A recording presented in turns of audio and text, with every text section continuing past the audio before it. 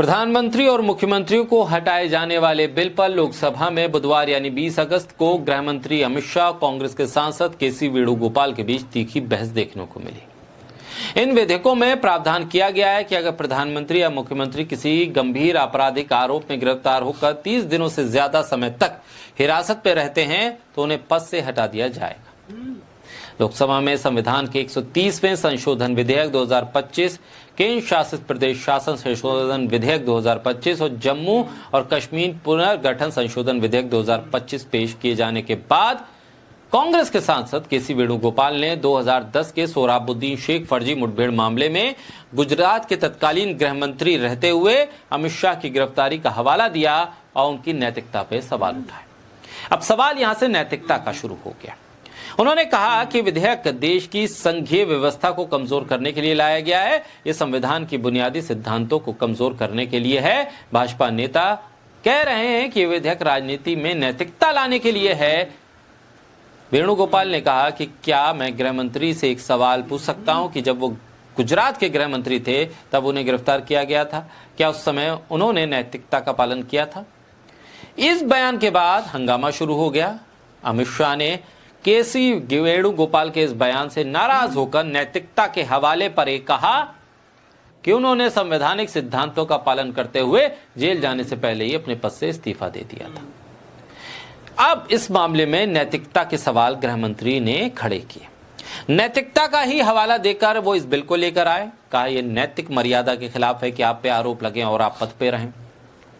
नैतिकता नैतिकता नैतिकता। अब बीजेपी इतनी नैतिक हो गई है कि इस मामले में समाजवादी पार्टी के सांसद धर्मेंद्र यादव को खड़े होकर यह कहना पड़ा कि आप इतने नैतिक हो गए हैं राजनीतिक तौर पर कि आपने जिसको चक्की पीसिंग करके तंज कसा था, एक कहा था कि जेल में जाएंगे, उन्हीं को आप डिप्टी सीएम बनाकर घूम रहे हैं।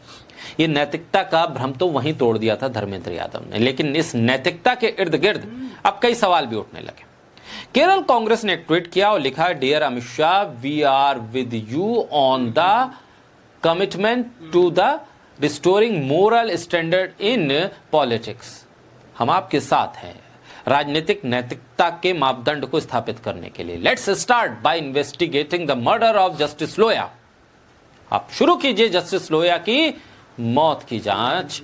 कैसे हुई, कब हुई, क्यों हुई, किसने करवाई। नैतिकता के मापदंड यहां से स्थापित होंगे। केरल कांग्रेस ने आगे ट्वीट पे लिखा, this will restore the faith in judiciary and जजेस will not be afraid to pronounce judgement even if it is against government and can go for morning walk freely. गंभीर तंज कसते हुए केरल कांग्रेस ने लिखा कि ये आप अगर कर देंगे उससे जजेस और जुडिशरी भी आजाद महसूस करेगी। उन्हें डर खत्म हो जाएगा कि अगर वो कोई जजमेंट सरकार के खिलाफ पास करते हैं तो उन्हें कोई खतरा होगा और साथ ही वो मॉर्निंग वॉक पर आजादी के साथ घूम सकेंगे। We sincerely hope you will accept this challenge. Kerala Congress कह रही है कि अमित शाह शायद इस चैलेंज को मंजूर करेंगे क्योंकि वो नैतिकता के मामले में संसद में बोल रहे थे और नैतिकता के आधार पर इस बिल को लेकर आए संविधान संशोधन के। तो नैतिकता का हवाला देते हुए केरल कांग्रेस ने कहा कि जस्टिस लोया की मौत की इस